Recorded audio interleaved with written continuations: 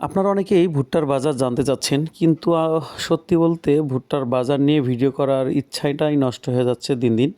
কারণ হচ্ছে, যদি ভুট্টার দাম কমে যায় সেক্ষেত্রে ভুট্টার ভিডিও করাটা আসলে আমার জন্য খুব খারাপ লাগে। কারণ হচ্ছে, আমি একটা ছোট্ট ভিডিও দিব যে ভুট্টার দাম কমেছে 10 টাকা, আবার এই ভিডিওটা দেখিয়ে অনেকেই সিন্ডিকেট তৈরি করবে যে এই দেখেন, অনলাইনে বা মফির হয়ে বলেছে ভুট্টার দাম 10 টাকা কমেছে বা 20 টাকা কমেছে। এই যে একটা প্রচারণা, এ কারণে কিন্তু আমি যখন দাম কমে সেই ক্ষেত্রে ভুট্টার ভিডিও করার বা বাজারের যে একটা আপডেট সেটা একটু কমিয়ে দেই।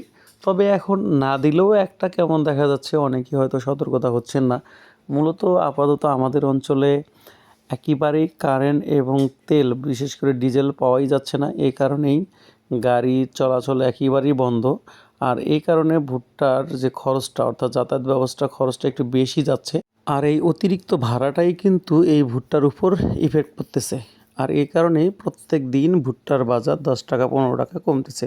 অর্থাৎ আজকে আমাদের অঞ্চলে শুকনা ভুট্টা, যেটা আর কি ভালো এ ক্যাটাগরির ভুট্টা, 14%, 1100 থেকে 1130, সর্বোচ্চ 1150 টাকা গাড়ি লোড হচ্ছে 40 কেজি। আর কাঁচা যেটা যেটা একটু মান ভালো, এইটা 820 থেকে 850 টাকা জায়গা ভেদে এবং ভুট্টার উপর নির্ভর করে। আপনাদের অঞ্চলে এই মুহূর্তে কত করে ভুট্টার বাজার, অর্থাৎ কত টাকা মন যাচ্ছে?